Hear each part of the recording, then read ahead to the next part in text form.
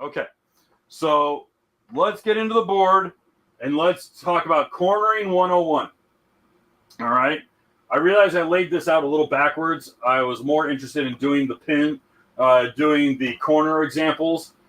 And then I realized I needed to put types of turns over here. So I apologize. But let's get into it. Okay, so cornering 101. We're going to use some basic terminology on this one. Okay, so our basic terms here. We're talking about breaking point, turn in or turn in point, the apex, and there's two kinds of apex or apexes, apexes, and then rotation. All right, and I'm going to tell you how, although these are automotive racing terms, I'm going to tell you how they apply to personal watercraft. All right, but apex, there's two kinds. There is the geometric apex, and then there is the race line or race apex. All right. We're going to talk about these things so that you understand first in automotive terms, and then we're going to adapt them for watercraft. So number one, here is our basic right-hand turn. It's not, let's go over types of turns just for a second. Types of turns. So you have your right or left 90 degree. This is your hard 90. It could be a left 90, a right 90. Obviously, right, left. There's only two kinds of turns, but 90 is what you're looking at. So it's a hard 90 degree turn. Then you have a sweeper. All right, it's a very gentle turn. Very gentle turn. This is not a sweeper. All right, a sweeper does not have a really hard corner to it. All right, hairpin.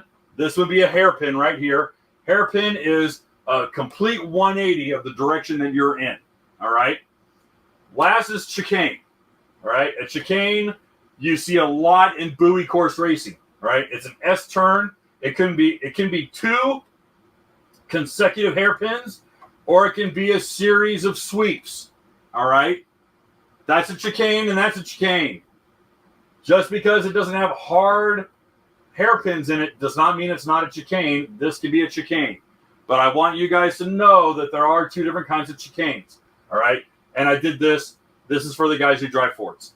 All right, so let's talk about the two different kinds of approaches when it comes to any sort of corner.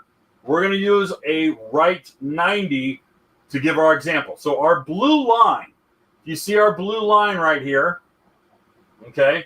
Our blue line is what you would call a geometric apex, all right? That is the most balanced, even, before, middle, and end turn that you could get into, all right? So you're going to approach wide. Here's our wide approach right here. You're going to start your turn. You're going to initiate your turn, okay? And you're going to get as close as you can. Your geometric apex is the closest point to the inside of the corner. You go from here to your geometric apex, and you run wide all the way up. You're going to maintain a real nice amount of speed. You're going to maintain a really nice amount of speed all through this turn. Most racers, I don't care what you are, car racer, jet ski racer, you could race go-karts, it doesn't matter. That is going to be the safest, most balanced, even turn you've got. This, for 99% of the time, for most of you guys, especially who are new, if you're going around a buoy, let's pretend this orange marker right here is a buoy. All right, nice orange buoy right there. Okay, I'll put one right here just for fun, because we're gonna walk through this step by step. So, by the way, I got a whole mess of dry erase markers, so I get to have a lot of fun doodling. So, with this, if you were on smooth water, if you were leading the pack, if you were just doing this by yourself and practicing, you would approach this geometrically. You wouldn't feel the need, especially if this was the only buoy, you wouldn't feel a need to alter this, okay? Now, in racing, we talk about the braking point. Obviously, jet skis do not have a brake. Yes, I know. Oh, my Sea-Doo has a brake, and my Yamaha's got ride, and my Kawasaki's got KSRD or KDSR or whatever the hell it's called. Sounds like a radio station. All right, my decelerator. But you can't really apply those while you're under throttle. So what do? If you don't apply the brake while you're riding, what do? How do you replicate the braking function? All right, not necessarily function. I don't want to say function. But what happens when you brake a car? Let me back up. So when you're braking in a race car or on a motorcycle, something with active brakes, is when you engage the brake, what happens is that you're transferring weight and momentum forward. Okay? When you transfer all that forward, you change the balance of the vehicle. Whether it's a motorcycle or a car, you change weight distribution because everything noses over. So how do you replicate that on a jet ski? You chop the throttle. Not all the way, but you back off the throttle. When you back off the throttle, that pump begins to disengage. You don't lose traction, but you are losing thrust, and that bow noses over. The only other way to do that is to forcibly toggle or bring the nose down. You can trim the nose down using your toggle, or in a lot of cases back in the 90s, the 80s and 90s, and even into the 2000s, a lot of them would use a manual trim lever. All right, and it looked like a motorcycle brake lever, and it would force the nozzle down, and that would shove the nose of the jet ski down in a corner. All right, there also were trim tabs. We've gone into trim tabs before, but what a jet ski racer would do was nose that ski over, again, either through throttle control and backing off the throttle, or by trimming the nose down, dropping that nose down so that you get the Watercraft to turn on its nose. Race car drivers, motorcycle racers, they do this as well, but they're doing it through controlled braking and what they call maintenance throttle. All right? What is maintenance throttle? It's a good question because you can do maintenance throttle on a jet ski as well. So in maintenance throttle, as you come in, so here's your wide approach. You're on the outside of the turn. You move up. This is where you start your aggressive turn in. You're aiming towards the geometric apex. As you come into this area, let's use, we're going to use neon blue. So as you come into this area, you're going to be slowing down right through there. Okay? Let's put little brakes in it. So you're slowing down. You're letting off the throttle. But you are also either fluttering, which I don't recommend, especially for a watercraft, or you are slowly feeling how the nose on, with the watercraft on its nose, you're throttling, throttle control, throttling through this corner until when you reach the apex. Here's your apex. When you reach that apex, that also means you get back on the throttle. Okay? So let's get our dark blue. And once you reach the apex, you get on the throttle. So I'm using arrows to illustrate getting back on the throttle. All right? So what does that do? All right? That's the least amount of speed loss and the greatest amount of speed gained in this turn. The whole point is to not lose momentum. All right?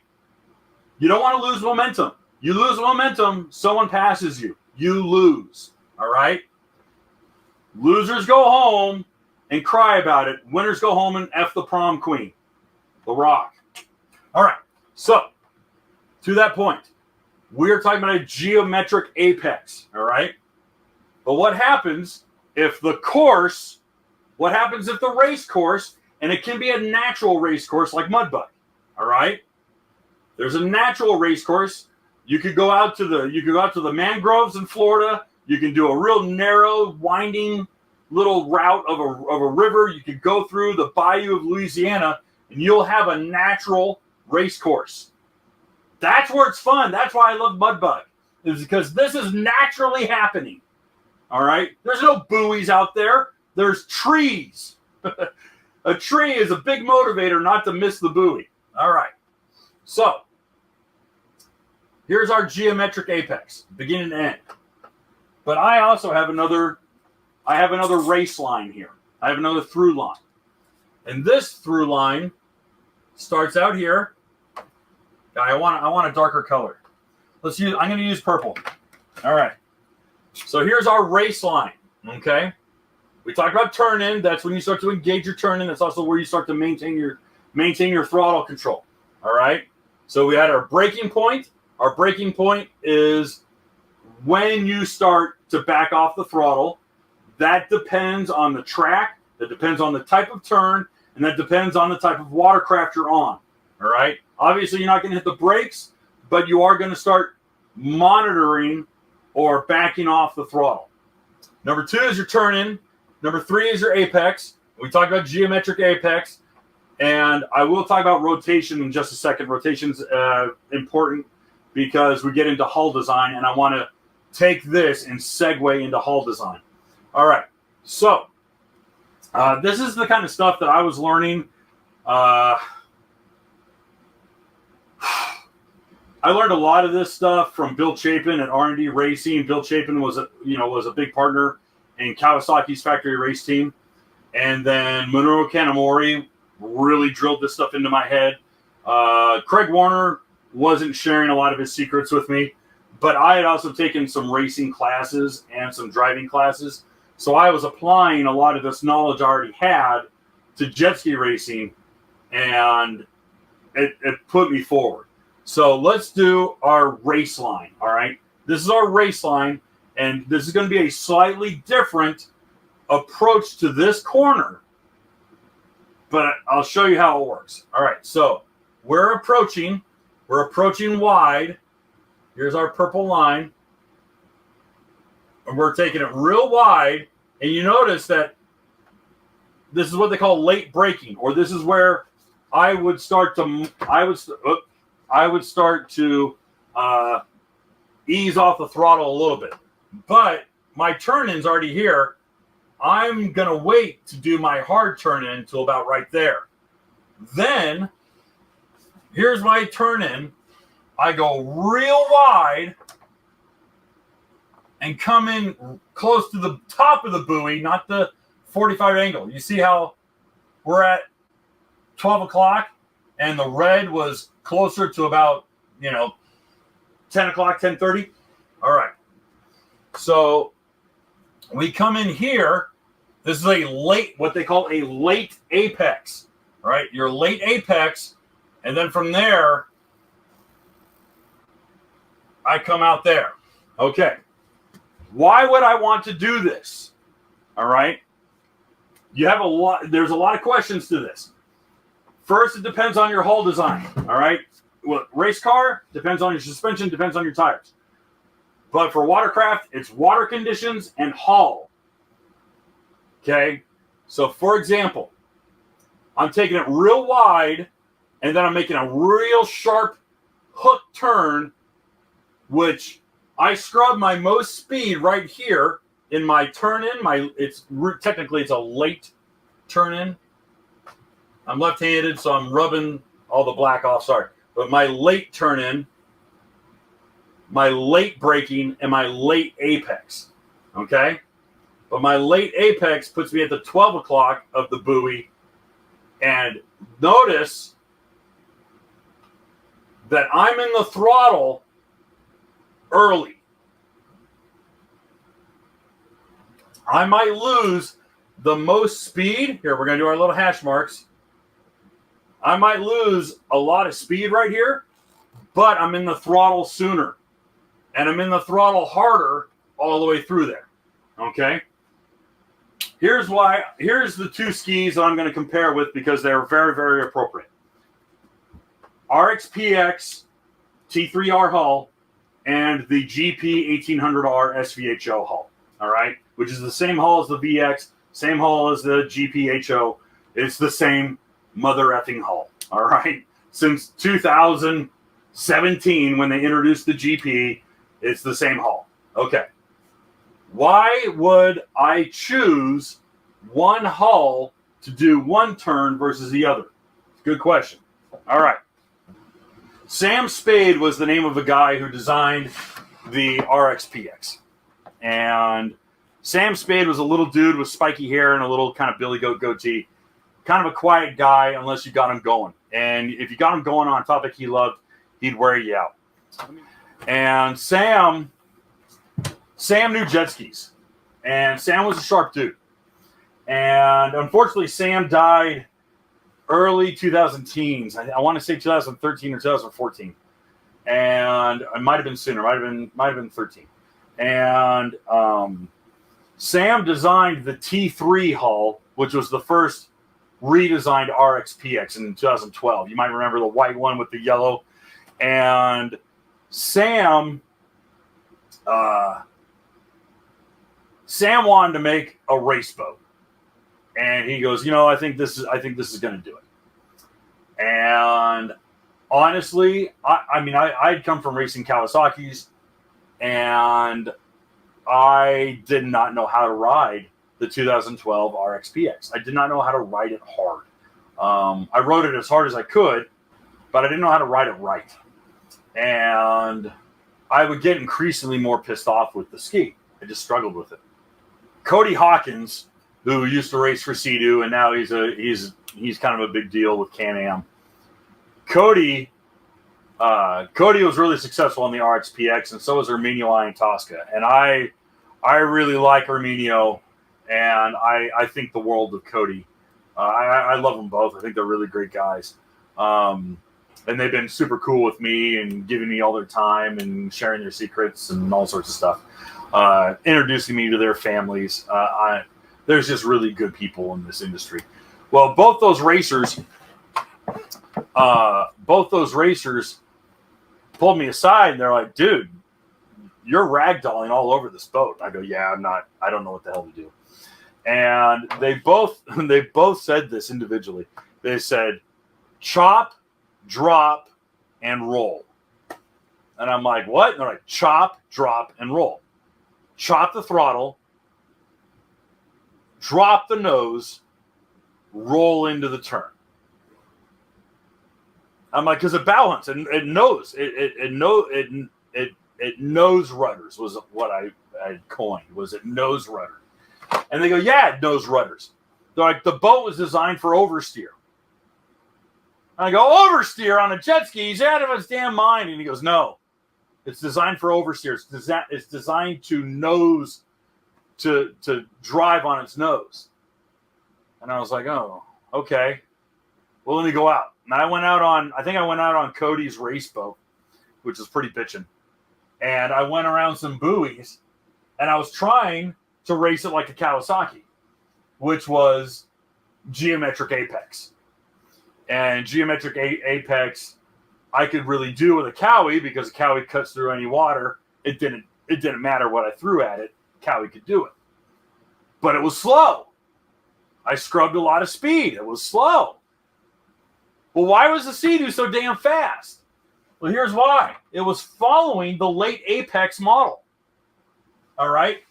Look at this. You're in the throttle like a bat out of hell. Just, ah! All right? You're just screaming all the way up to there, and then you chop, drop, and you roll back into the throttle right there, and you're off like a bat again. And I was like, oh, shit, that's how it works. He goes, yes, that's how it works. And every time, ever since then, I would late apex the crap out of the RXPX, and it would slingshot. It slingshots. Once you learn how to handle an RXPX T3, T3R was better. T3R, the newer hull, all right, 2021 and up, T3R hull. Once they figured out that this, I'm just going to circle it in red. This is the most important part of the turn for the Sea-Doo for the RXPX. If you figure this part out, you're unstoppable on an RXPX.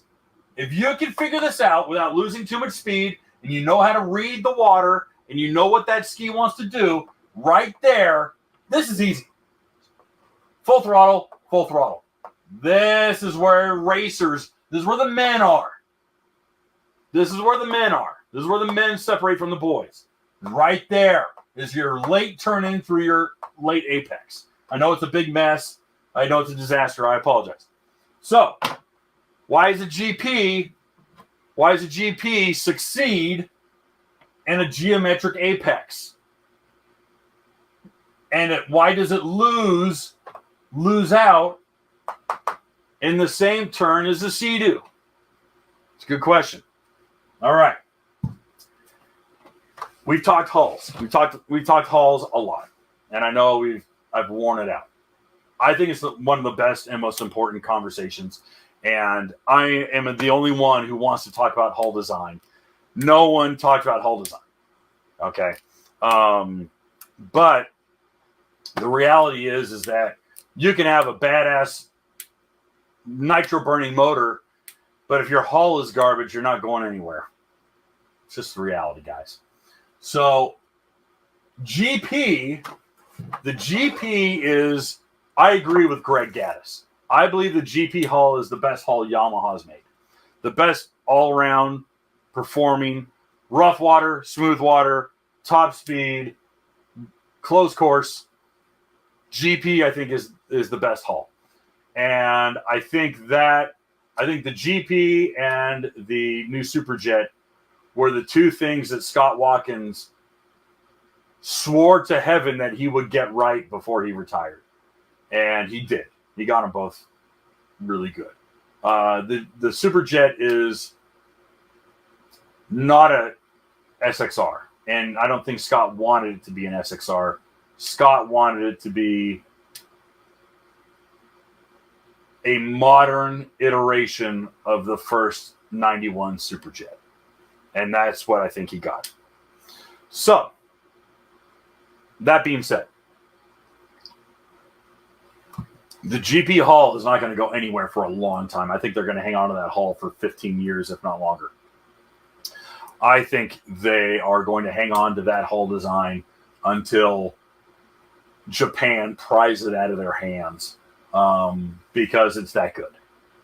I think that hull design is that good.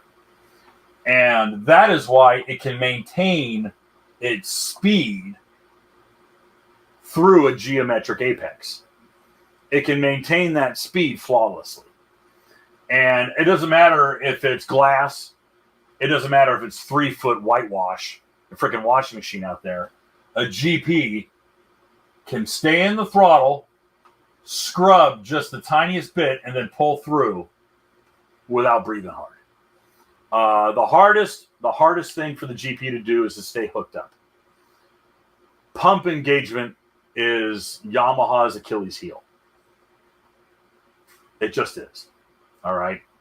Everyone wonders why they cavitate. Everyone wonders why they burn up impellers. Everyone wants to know why they chew through pumps. It's pump engagement. And they are going to be fighting pump engagement till the cows come home. Fizzle has a prototype billet CNC aluminum intake grate. Some of you guys might have eyed it in the background of when I toured Fuel Tech, and I couldn't talk about it. I couldn't put it on camera. It just kind of fell in the background. That's a drag racing intake grate. It's not a traction in rough water intake grate. I would rather have traction in rough water than be the fastest guy on glass. Any dickhead can go fast on glass. All right. I'm not impressed by that. I wanted to go through a hairpin with you guys just to kind of give you a first-person walkthrough. So I need to pull up my notes here. So I want to make sure I get something. Okay, so a proper hairpin.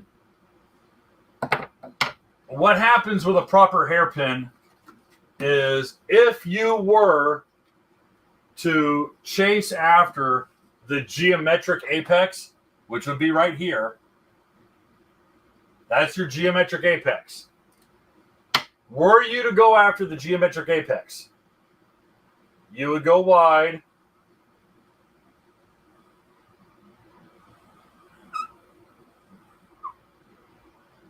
And you would do that.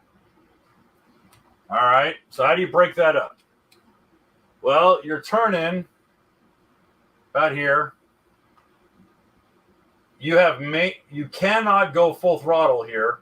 You have what I said, maintenance throttle. Okay. Your maintenance throttle is right here. So this is the only stretch. Let's see if I can't use the wide part of the marker. These two parts are your only stretches of full throttle. Here and here. Everything here with a geometric apex is maintenance speed. All right, throttle control. You're fighting the ski. You're keeping it on the nose. This is your maintenance throttle section. Okay, I hope that makes sense. I hope that's clear. So, let's talk about a race line for a hairpin. A race line for a hairpin is kind of hairy. I'm going to use red. Okay, so a race line for a hairpin. You go deep into here.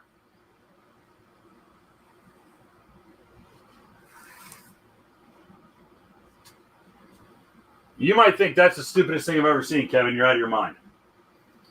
But here's what you're looking at with a race line hairpin.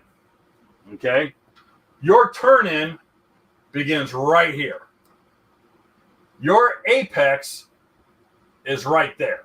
All right. Well, technically, no, that's not true. Excuse me. This is your apex. But this is your mid. Shit. Is it? Well, okay. This is your mid track. That doesn't make sense when you're on a buoy course, I understand. But your mid track and your apex, what that means is that while you have steering engagement, all right, your bars are pinned, or not pinned, but your bars are engaged, your hand over hand, or you're moving your handlebars like this. What you can do with your mid-track position, with your mid-track point, is something you cannot do with a geometric apex turn. Your race line apex allows you full throttle here, not here. All right? But what that does mean is you are scrubbing the snot out of your speed right there. You're going to watch people pass you. It's going to be very disheartening. But you are full throttle all the way through here, and you're full throttle all the way down there. So which one's better? Maintenance speed all through here, maintenance speed through there, way up high in the track, cut your apex there. I'm going to write apex. Your late apex. Late apex right here. Hopefully you guys can see that. This is how you hairpin. Hey guys, thanks for hanging out. This clip was taken from our weekly podcast that we record here every Sunday night at 8 p.m. Eastern Standard Time. If you want to watch the whole video, you can go to the Watercraft Journal's YouTube channel, go to playlists, and then click on live sessions. You're going to see it there. Otherwise, go ahead and leave a like, a comment, and definitely subscribe to the channel. It helps us grow. And again, thanks again for watching our videos, and we hope to see you soon.